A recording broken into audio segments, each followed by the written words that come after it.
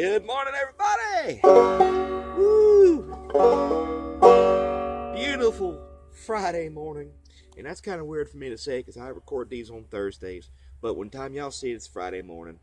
So, let's get into today's lesson. Let's start warming up together. Get ourselves in tune. Get ourselves all greased up. Get us all limbered. It's a beautiful morning out here. It's blue skies, the sun's already shining, and birds are chirping. Great day for a banjo lesson. The banjo got all cleaned up. The banjo head got nice little scrubbed down, new strings. I went through it and tightened all the bolts and stuff. Some of the bolts were loose, especially the ones that are holding on to the banjo head. So they kind of work themselves loose. And that's another thing too.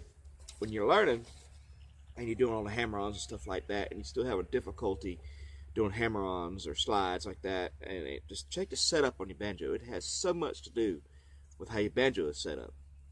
Take a look at it. What's the height of your strings compared to the fretboard? Are they set up real high?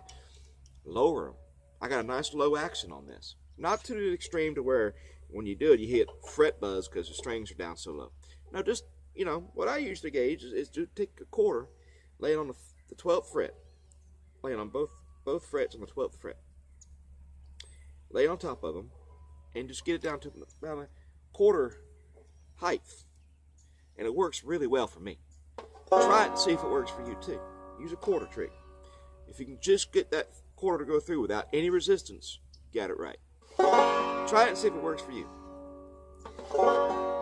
I went through, tightened it all up, and when you get the banjo in, don't automatically assume that the banjo is already set up.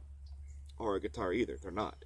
I just went through my electric semi-hollow guitar went through the same thing they did. I went and put new strings on it, cleaned it up, and kind of find out from the manufacturer, the dinguses, they didn't run the strings through the tuning pegs, through the holes on the tuning pegs. They just wrap the string just around the peg itself without putting it through the hole they provide there.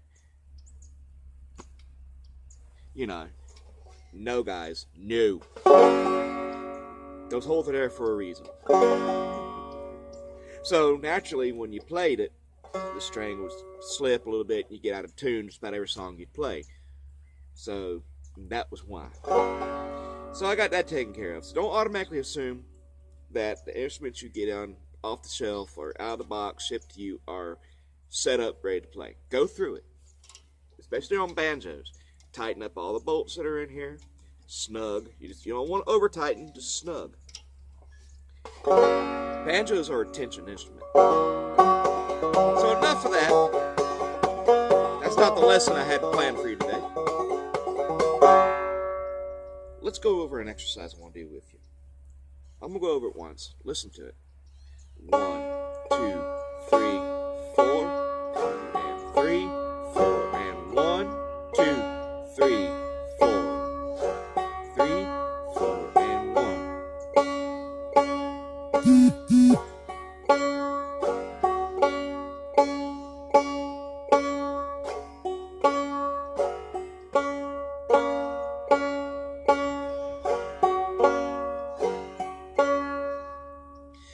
Not a real hard exercise.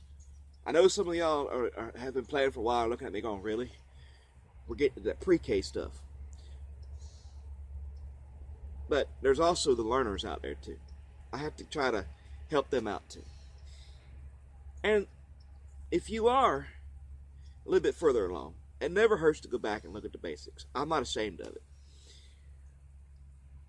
When you're doing this, it helps you develop a good clean strike.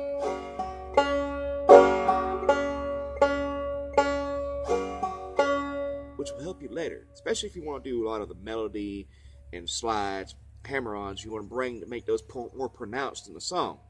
You don't want it to sound choppy all the time.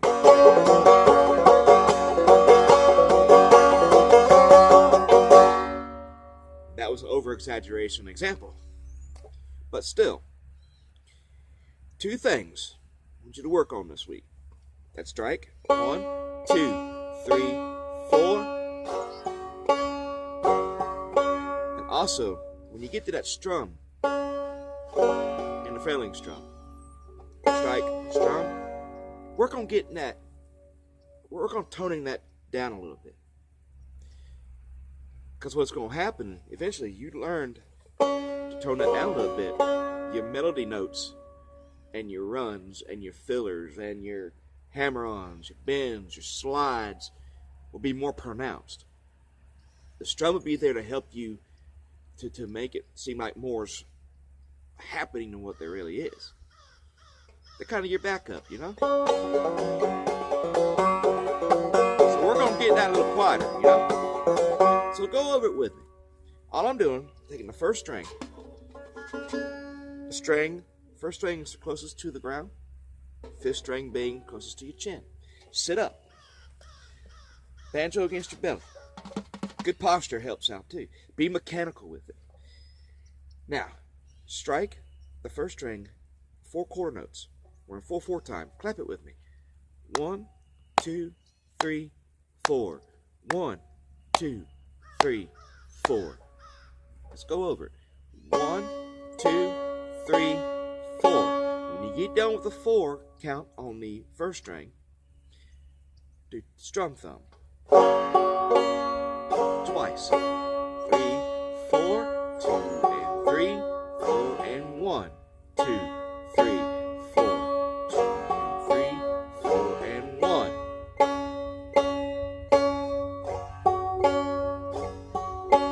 Play with me.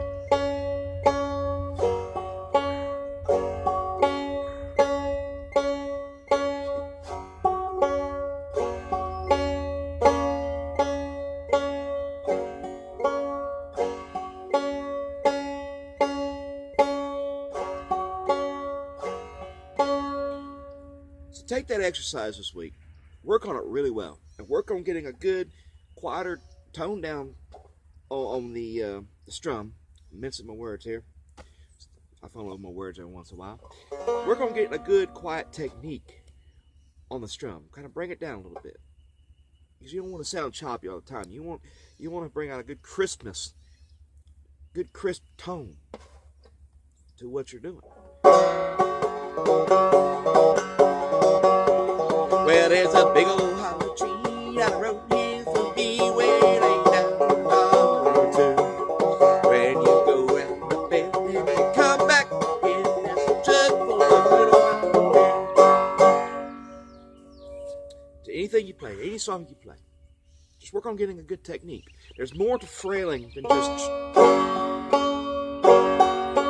There's more to it than that. You can bring so much more to the table just by quieting down that strum and bring out the strike. We're gonna get into that good clean strike. If you're still having problems getting a good clean strike, take a step back, look at what you're doing. Chances are you're doing something wrong. Look at it. Are you sitting straight up? Is your banjo rested here? Bring your banjo up a little bit. Are you flicking your fingers? Don't flick your fingers. Keep a good solid form. Your downward motion of your forearm. Your forearm's doing the drive. 1, 2, 3, 4. Strum, thumb, strike. Strum, thumb. 1, 2, 3, 4. Strum, thumb, strike. Strum, thumb.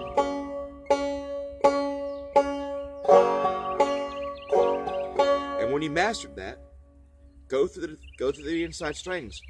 1.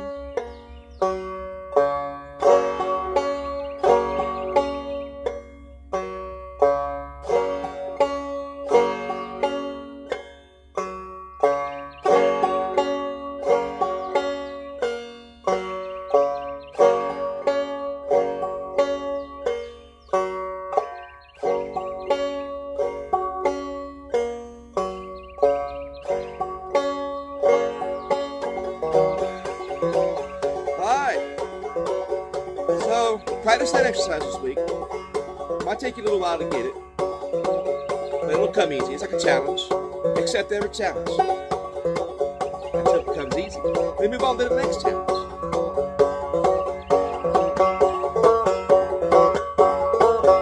So, if you like what I'm doing here, and you're benefiting from these videos, and the channel's moving in the right direction, let me know that by giving you a thumbs up.